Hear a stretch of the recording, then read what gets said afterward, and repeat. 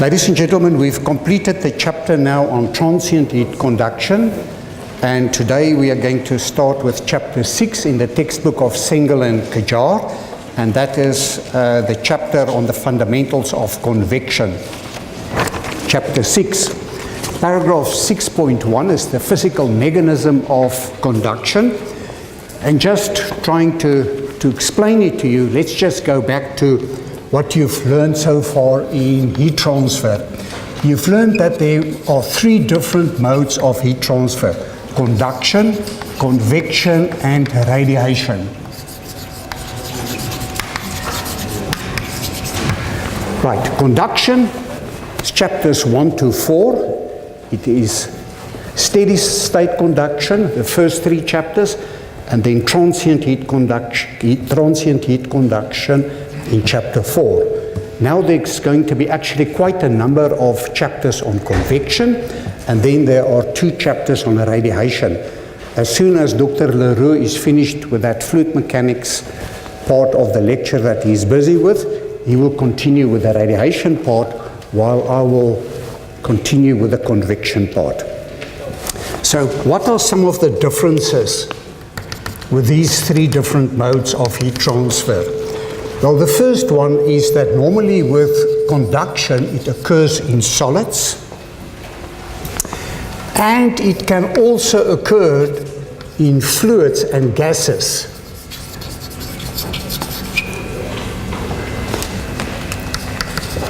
If velocity is equal to 0, and I'm going to explain that just now. With convection requires fluid motion. Thus, the velocity, okay, I shouldn't have done that, sorry, because we've used that V for volume. So it should just be a normal V. If that is larger than 0, then we will have convection heat transfer. And these 2 modes, not radiation, requires the presence of a medium.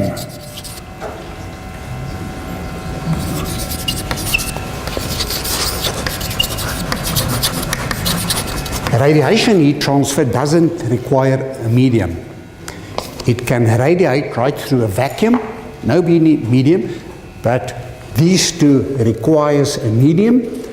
Conduction heat transfer normally in solids, but it can also occur in fluids and gases in very special cases, and I will explain it to you just now. Convection heat transfer is normally where there's a motion of one other medium, and normally the medium would be a fluid and or a gas. So, trying to show it with an illustration, let's suppose we've got a flat plate, and this flat plate is at the temperature of 50 degrees Celsius, and we've got a fan, and this fan would force air at a temperature of 20 degrees Celsius and a velocity of 5 meters per second over the flat plate. There will then be heat transfer from the plate to the air, and I'm going to show it as Q.1 because it's the first mode of heat transfer, and we're going to call that forced convection. Okay. So the air is being forced over the flat plate. Doesn't always have to be a fan. It can also be a pump or any pressure difference between 2 points. Will cause a heat transfer, which we call a convection heat transfer, which we call forced convection. The second type is, again, we've got this flat plate, the temperature of 50 degrees Celsius, and now we've got air at 20 degrees Celsius, but the air is not being forced over the flat plate. This air at 20 degrees Celsius will touch the flat plate, the temperature of the air will increase, and that will cause a buoyancy force. So the air close to the plate is going to do something like that. So there will be a velocity on this flat plate. It just would be very, very small. So the velocities are small. And this we're going to call natural convection or free convection. Natural convection or free convection. So forced convection, the velocities are quite large, and with free convection, almost zero, but not zero, just very small. Natural convection. And the third mode of heat transfer is then where we've got this flat plate. Again, there's a temperature of 50 degrees Celsius, but where previously we had gravity working in this direction, the gravity would be equal to zero. Okay, so gravity is equal to zero. If that is the case, then, okay, so that would be the heat transfer mode, would be the heat transfer Q dot 2, and in this case it would be Q dot 3. There will also be heat transfer, but now the heat transfer would be through conduction. So that is the special case where a fluid and or a gas, there will be heat transfer, will be conduction, because even although these gas particles or air particles will be heated, they cannot just move up because of the buoyancy forces, because gravity is equal to zero. Okay. Now, in general, convection would cause an enhancement in heat transfer. Enhancement in HT, heat transfer enhancement. Why? Because it would bring together the fluid particles which has been heated and the ones who hasn't been heated yet, the colder ones, and it would actually help and enhance the heat transfer rate in the medium. In general, the convection heat transfer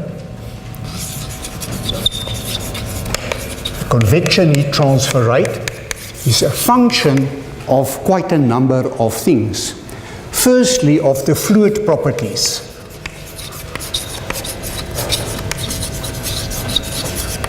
Fluid properties, and the fluid properties that will influence the convection heat transfer will be the viscosity, the thermal conductivity, the Cp value, the density value, and the Cp value. That is the first thing that will have a huge influence on the convection heat transfer rate. The second thing that will influence it would be the fluid velocity. The fluid velocity V. The third thing would be the geometry. The geometry. In the previous example that I've showed here, we had a flat plate. So it can be a flat plate like that, or it can be an aerofoil with external flow around the aerofoil, or it can be in a circular tube or in a square tube. Any different geometry, all the different geometries will affect the convection heat transfer. Then it will also be influenced by the surface roughness. The surface roughness would also influence it. And then lastly, the type of fluid, the type of flow. And with the type of flow, we mean the flow can be in the laminar flow regime, it can be in the transitional flow regime, or in the turbulent flow regime. All of that will have an effect on the convection heat transfer. So because of this, convection heat transfer is a very complicated field. And there's a Nobel Prize for anybody who can figure out how to write the convection heat transfer as a function of all those properties. Okay. But since nobody has won the Nobel Prize yet, we still make use of Newton's cooling law, which says that the convection flux is equal to the heat transfer rate divided by the surface area. Here's a question. I just see you wrote CP value there twice. I don't know if you might have meant some other value. Thank you. Yeah. CP. I think it's all of them, fluid properties. Okay. Okay. So the convection heat transfer, this is a flux, this is the heat transfer rate per square meter, is equal to the heat transfer coefficient multiplied by Ts minus T infinite, and the units is in watts per square meter, the heat flux. But the very important thing is that all these complications is actually put in that value there. So because we don't know what this influence is, this functional influence, we jippo it with the heat transfer coefficient. Okay. So this is the heat transfer coefficient, this is Newton's law. You can also write it, in the beginning maybe you're not going to like this heat flux. You can also write it, of course, as the convection heat transfer rate is equal to the heat transfer coefficient multiplied by the surface area Ts minus T infinite. Ts, the temperature of the surface, T infinite is the free stream temperature, and then the units is in watts.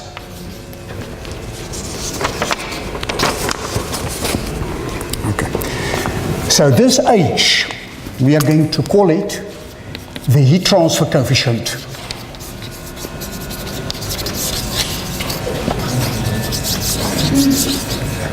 And I'm going to, in many cases, just refer to it as, no, wait, let me not do that, sorry.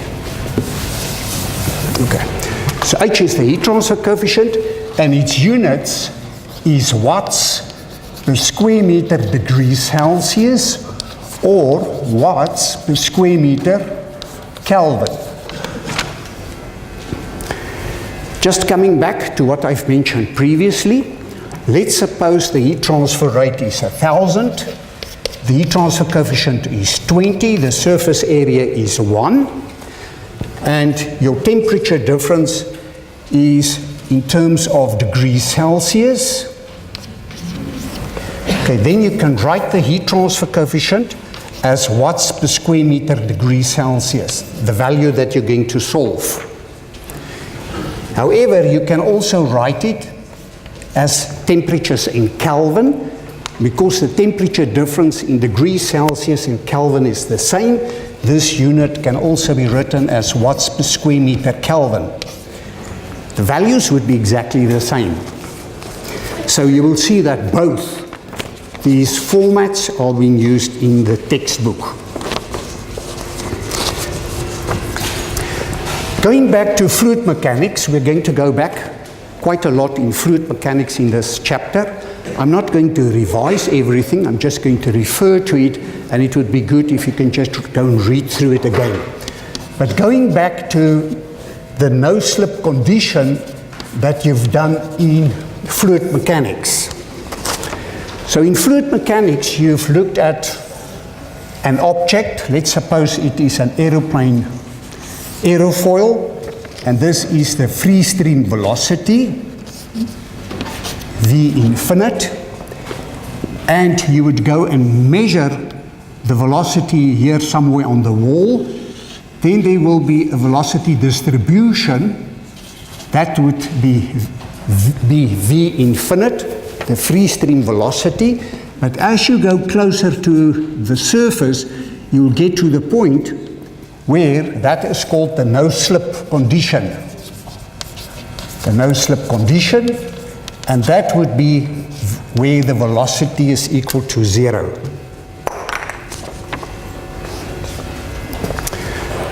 And at that point, if we use the coordinate system y and x,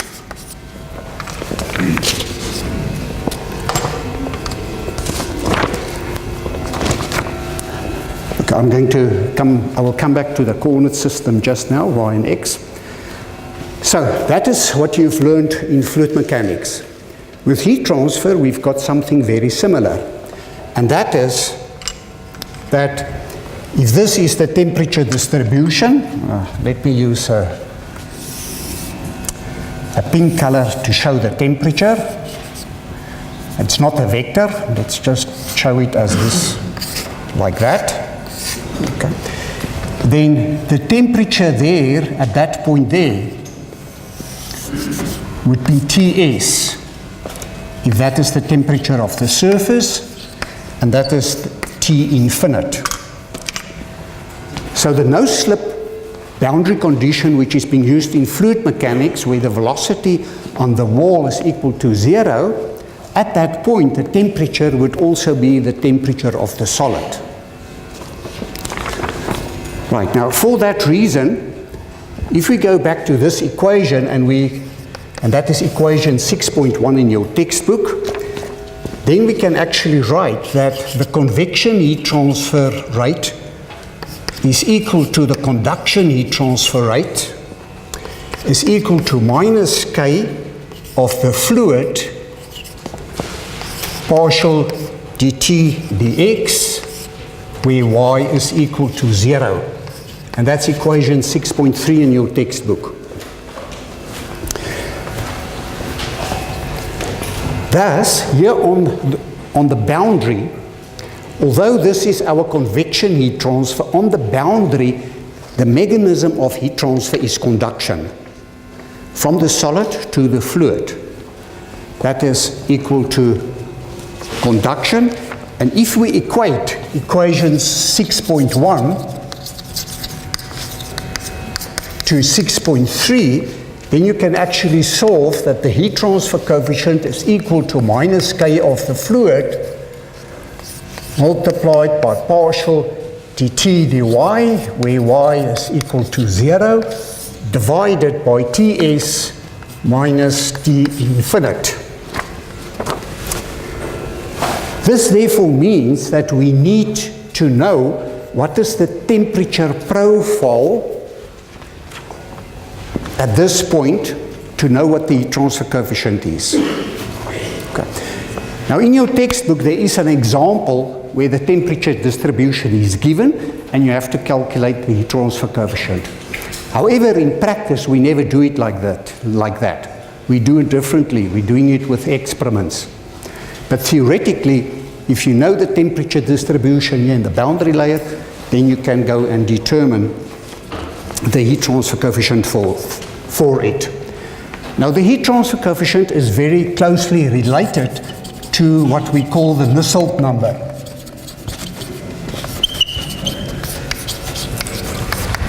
The Nusselt number. And the Nusselt number, the definition of it, is equal to the heat transfer coefficient multiplied by characteristic length divided by K. This LC is not equal to the volume divided by surface area as for lump system.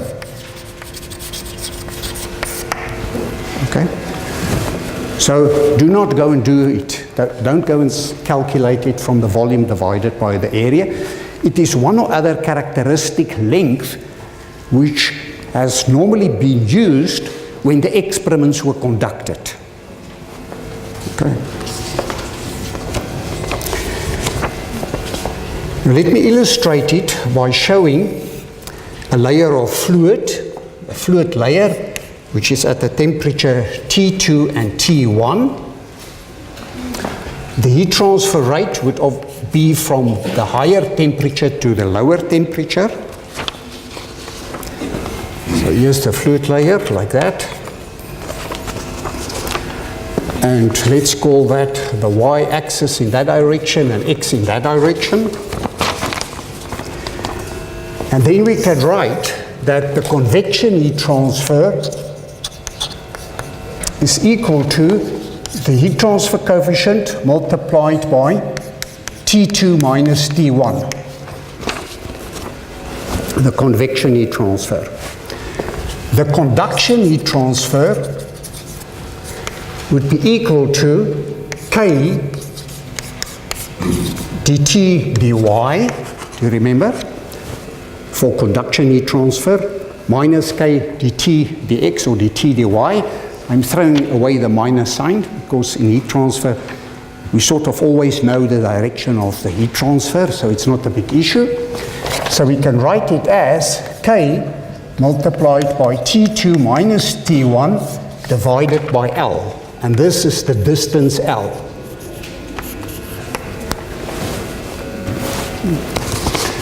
Now where do I want to go with this? I want to show you that if we now look at the convection heat transfer divided by the conduction heat transfer, so the heat transfer coefficient T2 minus T1 divided by K T2 minus T1 multiplied by L, then it is equal to HL divided by K. Why did I do that? Because I want to show you that the heat transfer coefficient, the Nusselt number, which is equal to the heat transfer coefficient multiplied by characteristic length divided by K, is equal to the heat transfer coefficient. The characteristic length in this case was the distance between the two plates divided by the K. So we've got the same equation. What does it mean? It means that this equation, the Nusselt number, tells us how much enhancement we will have in comparison with conduction heat transfer as a reference. That is what it means. So the Nusselt number is the enhancement of heat transfer relative to conduction heat transfer.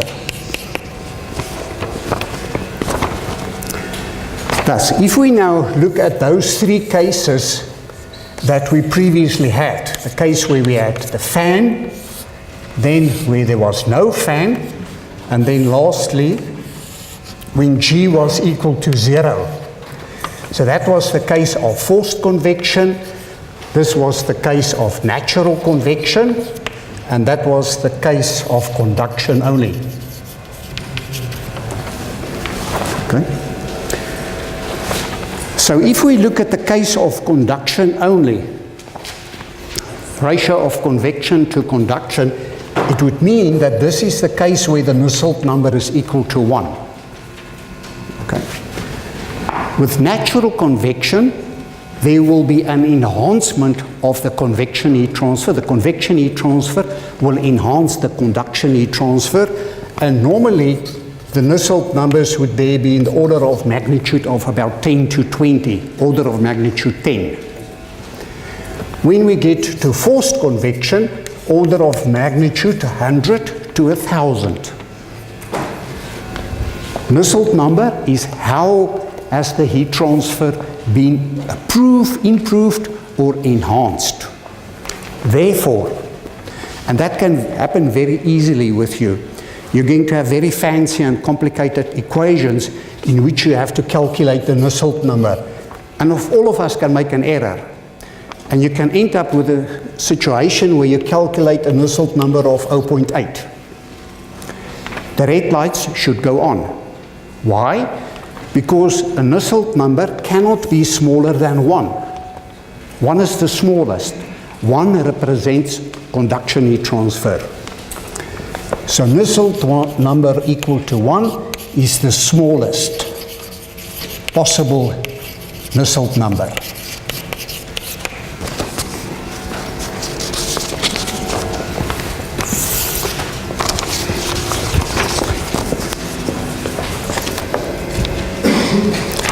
Are you all with me? Any questions on that? Okay, now paragraph 6.2 in your textbook, I'm not going to do in detail because you've already done it in fluid mechanics.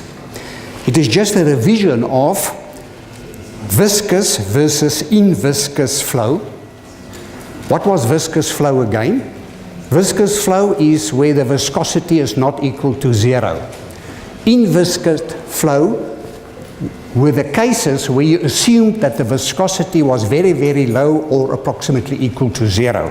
Okay, just going to read it again. Internal flow versus external flow.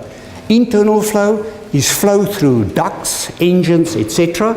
External flow is the flow that goes around an aircraft or around a boat.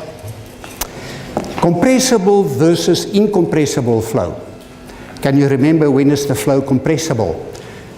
Flow is compressible when the Mach number is larger than 0.3. Okay, the Mach number is larger than 0.3. How do we determine the Mach number? The velocity divided by the velocity of sound. You remember? Okay. Normally, water always incompressible. You should see it, I think you've already done it in thermodynamics, and that would also be the assumption that we will make in this course in most cases. Then, laminar versus turbulent flow. Who can tell me what's the difference between laminar and turbulent flow? Laminar flow is when you've got low velocities over a certain body, like maybe an aeroplane wing, and it would go in laminars, in layers. That is what laminar means.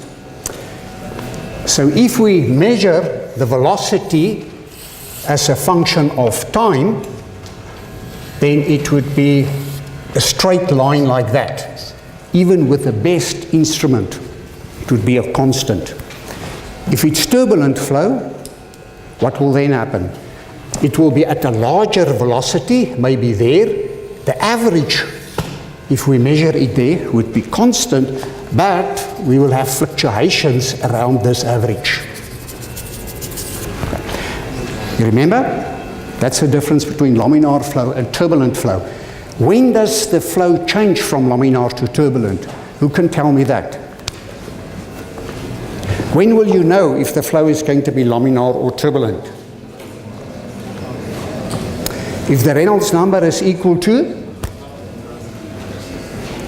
Reynolds number is equal to? Somebody said something? 1,000, but it depends on? Fluid properties, almost. What is the value? Well, there's no general value for all bodies. That's the very important thing. So for an aeroplane wing, it can be a few 100,000. The Reynolds number can be a few 100,000. And the properties will already be in the Reynolds number, specifically the viscosity and the density. For a tube, it would be a Reynolds number of about 2,100 to 2,300. So the Reynolds number can be used, what we call the critical Reynolds number, as a criteria to distinguish between laminar flow and turbulent flow. However, it is not 2,300 for all bodies. It depends on the geometry. For a tube or a pipe, 2,100 to 2,300. For an aeroplane wing, it can be 1,000,000. It depends. Then, steady versus unsteady flow. What is the difference between steady flow and unsteady flow? This would be steady flow. The velocity doesn't change as a function of time. Unsteady flow would be when you've got something like that. Okay. It changes as a function of time. Okay. What is a good example of that? A good example would be a gas turbine of an engine.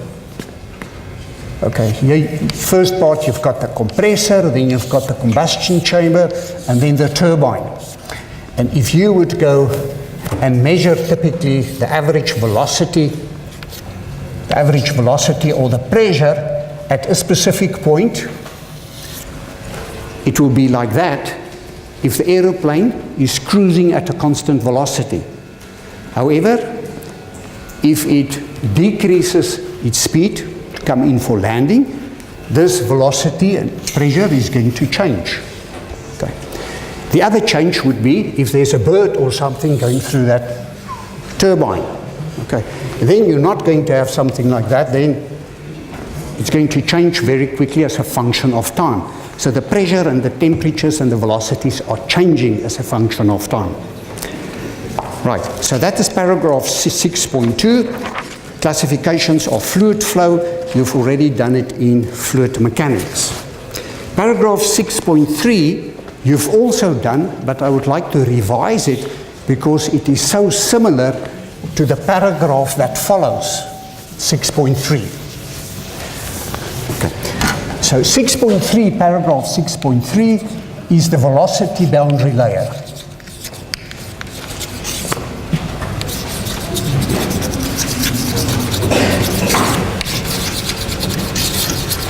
The velocity boundary layer.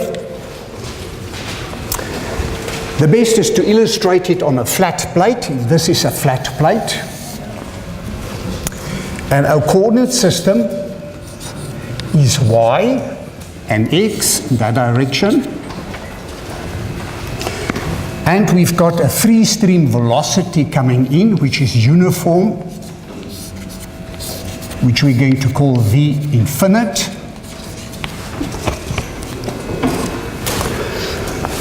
The no-slip boundary condition tells us that at this point here, this velocity is going to change from whenever it was to a value of 0. It therefore means that we've got a boundary layer which is going to develop like this, something like that, 3 different parts. The first part we're going to call the laminar boundary layer, then the transitional boundary layer and the turbulent boundary layer.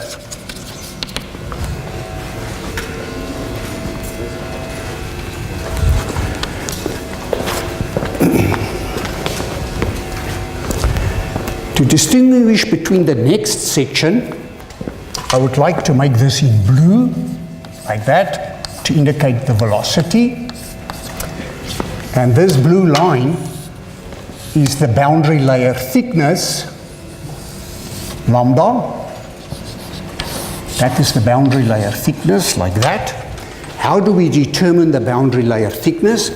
Well, firstly, by looking at the velocity profiles. Okay. If we look at this velocity profile, and I'm going to enlarge it, then near the wall it is going to do something like that. Let's suppose this velocity is 100 meters per second. Okay. Then, if we go far away from this flat plate, then the velocity would also be 100 meters per second somewhere far away from the plate. If we go closer and closer and closer and get to the point where the velocity boundary layer is 99 meters per second, then we define that distance as the boundary layer height, lambda. That's the boundary layer height. So that point there would represent the boundary layer height, and that is where the velocity, u is now the velocity as a function of y, where uy is equal to 99% of the free stream velocity. So 99% of the free stream velocity is defined as the boundary layer height. The characteristics of the boundary layer is going to be something like that in the laminar flow regime, while in the turbulent flow regime, it's going to look a little bit different. It's going to be more something like that. But again, if that velocity is 100 meters per second and we go down and down and down until we get the velocity of 99 meters per second, then that would be the boundary layer height. So there it is going to be 98, 97, 90, 80, 50, etc. up to 0.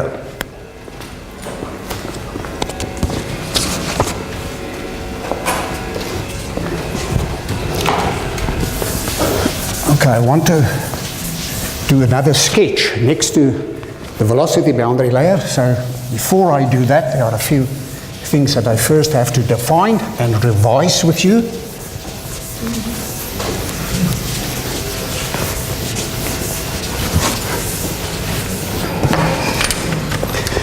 And that is the wall shear stress. You've done it in fluid mechanics. We are going to use it in this module. So therefore just want to revise it. The wall shear stress is tau, and that is equal to the viscosity multiplied by du dy, where y is equal to 0.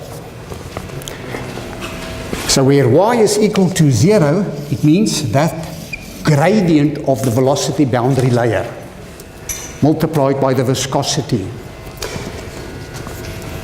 And the units of it would be newtons per square meter.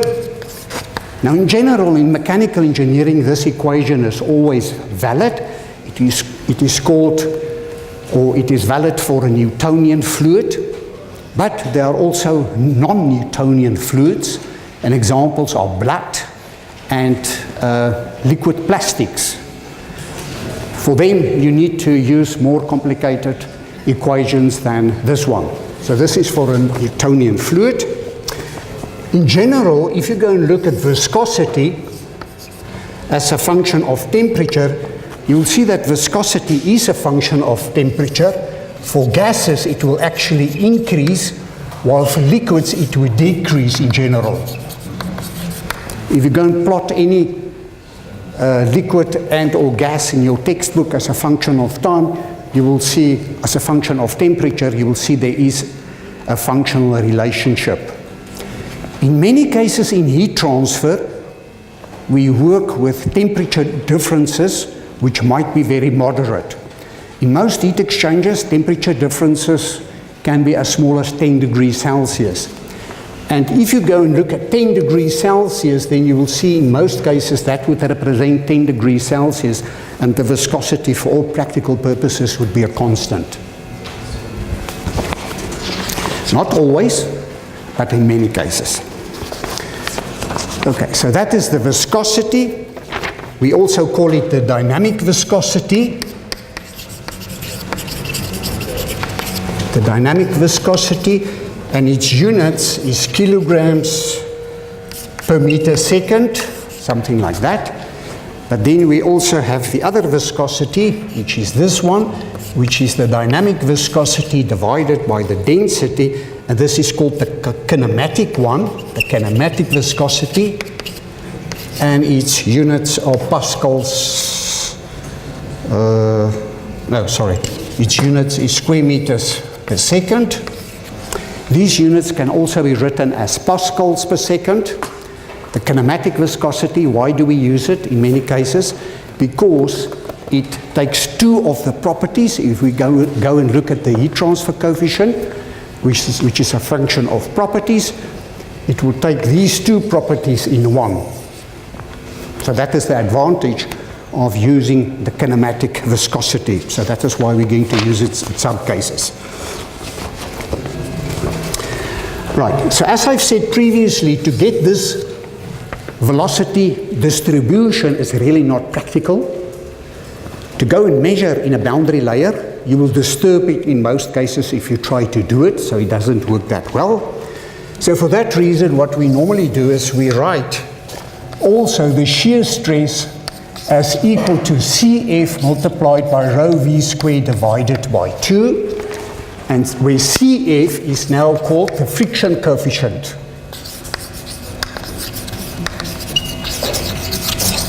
The friction coefficient, or the skin friction coefficient. Skin friction coefficient. And this skin friction coefficient can be determined for any body. And if we do it typically for an aeroplane, we would typically maybe use the free stream velocity for that specific geometry. or if it is for another type of geometry like that, then we would use that velocity and determine that, but it would be related to a specific geometry. Why is that important? Because we can use that to determine the friction force, which is equal to Cf multiplied by the surface area rho v squared divided by 2. So if we've got this friction coefficient and we use that surface area, multiplied that with the surface area, the friction coefficient multiplied by rho v squared divided by 2, we get the friction force. Friction force or the friction drag. Okay, so that was just a little bit of revision of your fluid mechanics. Now we want to relate it to heat transfer, to paragraph 6.4, which is the thermal boundary layer.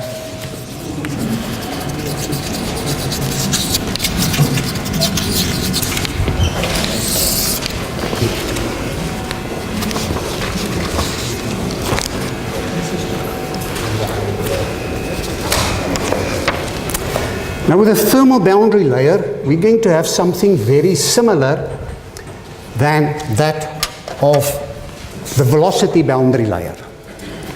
Thus, in that same fluid, if we have a certain free stream temperature, remember, temperature is not a vector, so that distance would just represent the temperature in degrees Celsius. So that would be its temperature. And now, also, we're going to have exactly these three same regions. And that is going to be called the thermal boundary layer, delta T, where that one is the velocity boundary layer. But what is going to be different, and let me draw it on this side.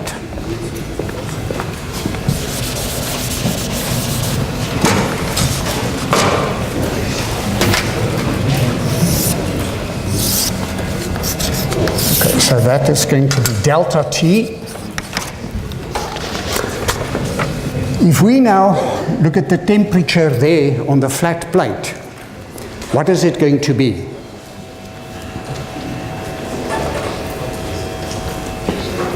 If we have to draw it. Well, where it's different now is that it is not zero. Or in some cases it can be. But if this flat plate is at 20 degrees Celsius and that at 0, then the temperature here is going to be 20, not 0. So therefore it looks a little bit different, and I'm going to explain it to you just now, but it is going to do something like that. So that distance is the temperature.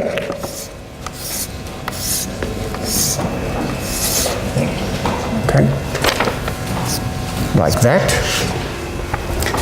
And let's do it with an example that normally helps. Let's suppose that temperature is 100. And this temperature is equal to 20 of the flat plate. How are we going to determine the temperature?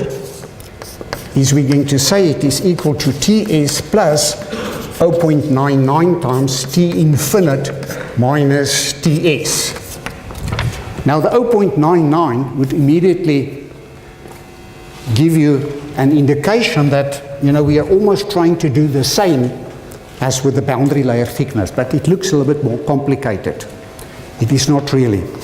I'm going to do two examples for you that's going to illustrate it. So let's suppose it is 20 degrees Celsius Ts. Ts is 20. Then the temperature is going to be the temperature of the surface, which is 20, plus 0.99 multiplied by 100 minus 20. And that is going to be 20 plus 0.99 multiplied by 80. and that is going to be at a temperature of 99.2 degrees Celsius. So that value there is going to be 20. That one there is going to be 99.2, and the temperature just higher than that is going to be 100 degrees Celsius. Okay, now that example doesn't really show it very well, but let's look at the case where the temperature of the plate is equal to 0. So if the temperature of the plate is equal to 0, then the temperature is equal to Ts, which is 0, plus 0.99 multiplied by T infinite, which is 100 minus 0, and that is equal to 99 degrees Celsius. You see? It's the same principle. It's 99% of the temperature distance, and that would be called the thermal boundary layer. Now, although I've got two sketches now, in the next part of the work, we are going to look at these two boundary layers and how they differ. So you can get a case where the thermal boundary layer is doing that. Okay? Not the thermal boundary layer, the velocity boundary layer. While the thermal boundary layer is going to be there. They're not going to be the same thickness. And there will be three conditions. We're going to look at three different scenarios. The first one is where the two is going to be exactly the same. And that will be where the Prandtl number, and I'm going to define the Prandtl number in the next lecture, is going to be equal to 1. And then you're going to have the case where the Prandtl number is smaller than 1. Is that important? Yes, it is important because all gases normally have Prandtl numbers smaller than 1. And then the other scenario would be where the Prandtl number is larger than 1. Is that important? Yes, because all liquids normally have Prandtl numbers larger than 1. And we will consider that in the next lecture. Any questions, ladies and gentlemen? If not, thank you very much.